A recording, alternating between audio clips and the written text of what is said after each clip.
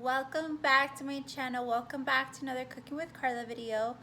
It's been such a long time since I have filmed for you guys, but I am back with another recipe. So like I always say, it's super easy. This one's gonna be a sopa de fideo. So if you want to learn how to make it, keep on watching. We're gonna heat our oil in our pan. So let's go ahead and pour our oil in. Okay, so now that our oil is preheated, we're gonna go ahead and add the fideo of our choice, and this is the one that I actually like. So it's actually shells. So I'm gonna go ahead and add that in while it's like toasting a little bit. I'm gonna be making the sauce. So what I use for the sauce is pretty much 4 tomatoes cut up in halves like that, and then I use just a piece of an onion. So I'll show you real quick. My hands are clean, so this is how much of an onion I used. So not a lot, and we're gonna go ahead and then for water, I did 5 cups. 5 cups of water, okay? Okay, so I went ahead and poured las conchitas in here. We're just gonna toast them. You want to make sure you're washing these because they will get burnt if you don't.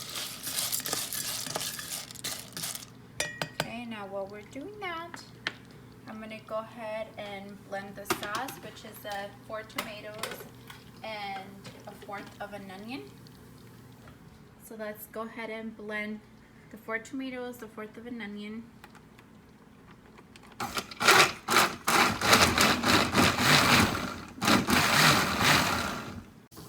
Okay, you guys, so once it looks like this, we're gonna go ahead and pour the tomatoes that we blended.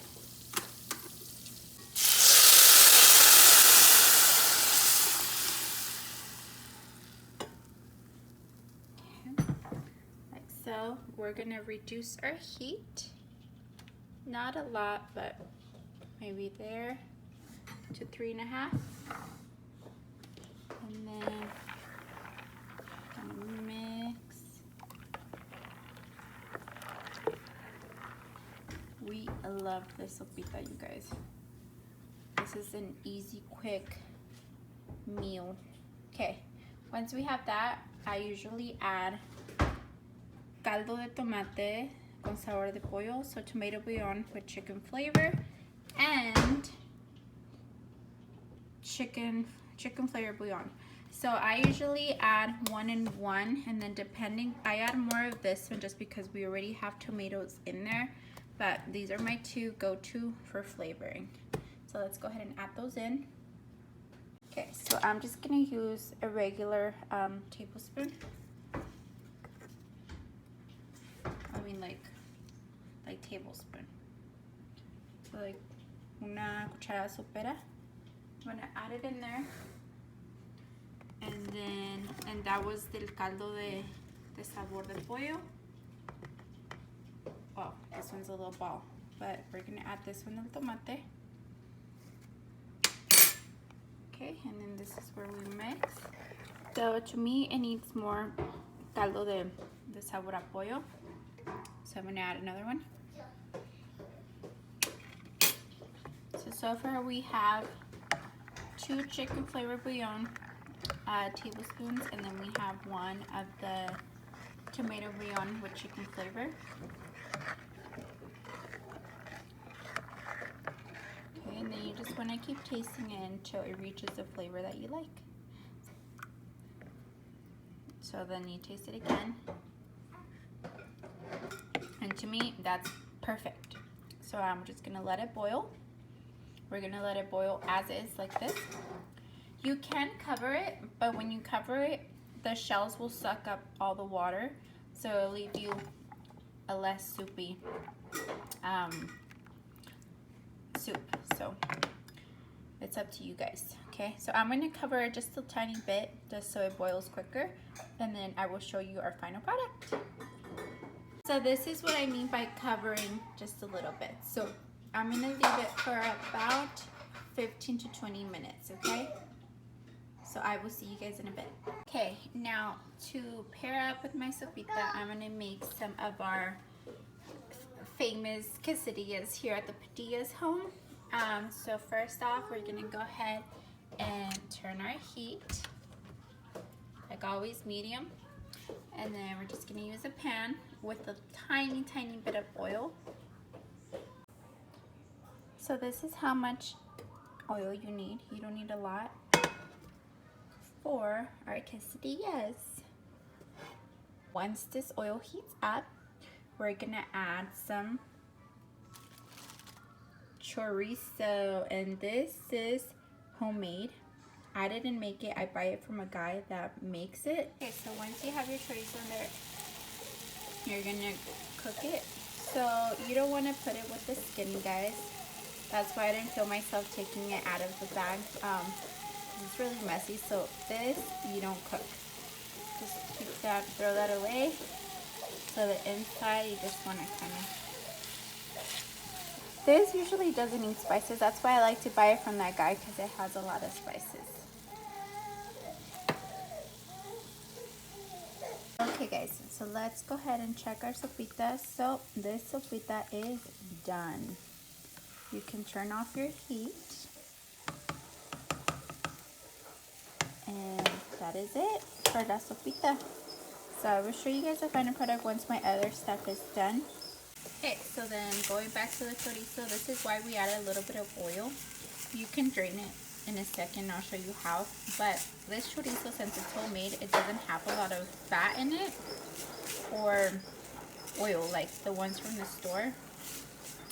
Some of the ones that you buy from the store, and I'm not trying to judge, I mean, if you like it, that's fine.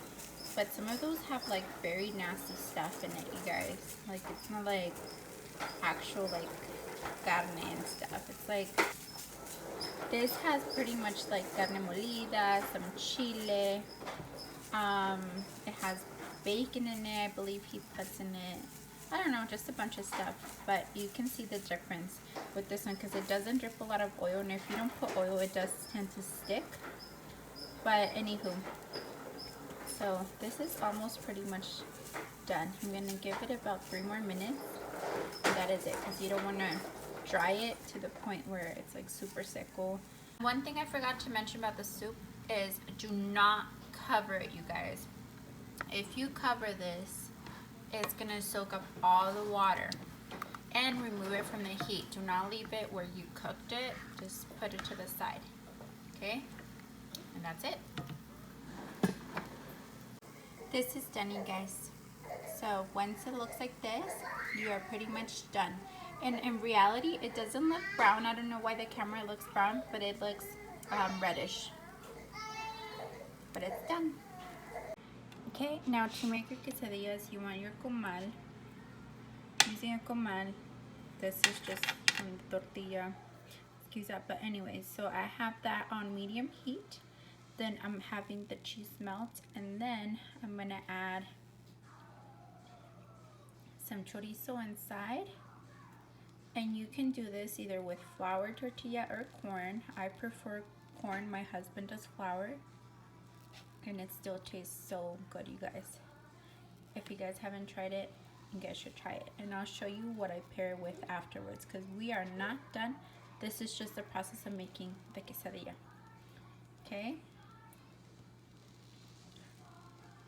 so let's get started to the next thing.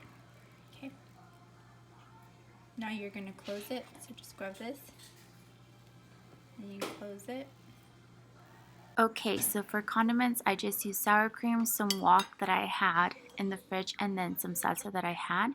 And this is pretty much what I add into the quesadilla once it's done. So yeah, there you go. That's what we like to eat our quesadilla with. This is how we pair it. To the soup, all I've added was some shredded mozzarella cheese on top, and it tastes so bomb, you guys.